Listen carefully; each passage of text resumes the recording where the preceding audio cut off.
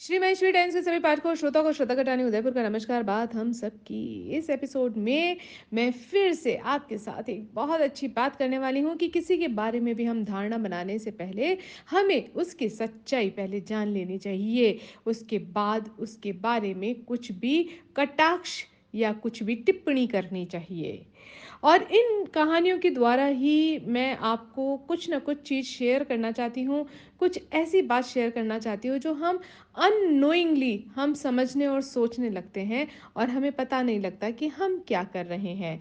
तो फिर से एक कहानी कि एक बार ट्रेन में पिता पुत्र यात्रा कर रहे थे। पुत्र की उम्र करीब 24 साल की थी। पुत्र ने खिड़की के पास बैठने की जिद की क्योंकि पिता खिड़की वाली सीट पर ही बैठे थे। तो पिता ने खुशी-खुशी खिड़की की सीट पुत्र को दे दी और खुद बगल की सीट में बैठ गए। ट्रेन में पास-पास में और भी यात्री बैठे थे। ट्रेन चली तो पुत्र बड़ी उत्सुकता से चिल्लाने लगा, देखो पिताजी, नदी, पुल, पेड़ और बादल सभी हमसे पीछे छूट रहे हैं। पिता भी उसकी हाँ में हाँ मिलाकर खुश हो रहे थे। ऐसी हरकतें देखकर पास में बैठे यात्रियों को लगा शायद ये लड़के में कोई तो दिमागी समस्या है जिसके कारण ये ऐसी हरकतें कर रहा है। पुत्र बहुत देर तक ऐसी अजीबो-गरीब हरकतें करता रहा। तभी पास बैठे एक यात्री ने पिता से पूछा कि आप अपने पुत्र को किसी अच्छे डॉक्टर को क्यों नहीं दिखा देते? क्योंकि उसकी हरकतें सामान्य नहीं हैं और हो सकता है कोई दिमागी बीमारी हो। तो उस यात्री की बात सुनकर पिता ने कहा कि अरे हम अभी डॉक्टर के पास से ही आ रहे हैं। तो यात्री को बड़ा आश्चर्य हुआ। तो पिता ने बताया कि मेरा पुत्र जन्म से अंधा था। कुछ दिन पहले ही उसकी आँखों को रोशनी प्राप्त हुई है।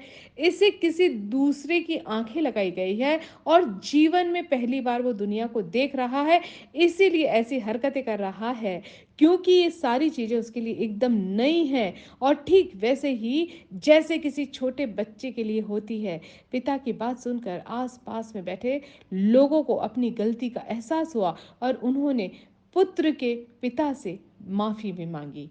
तो कहने का तात्पर्य ये है दोस्तों कि ज़िंदगी में कई बार हमें बिना सच्चाई जाने ही कुछ लोगों के प्रति हम अपनी राय बना लेते हैं, क्योंकि हम उसके बारे में वही सोचते हैं जो हमें दिखाई देता है।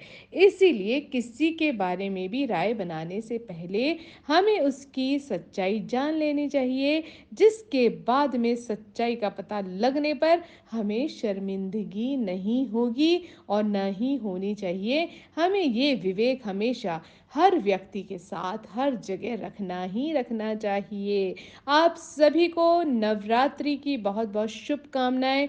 आप सभी हर शक्ति स्वरूपा माँओं का इस बार अपना आराधना करें, साधना करें और जय श्री कृष्ण।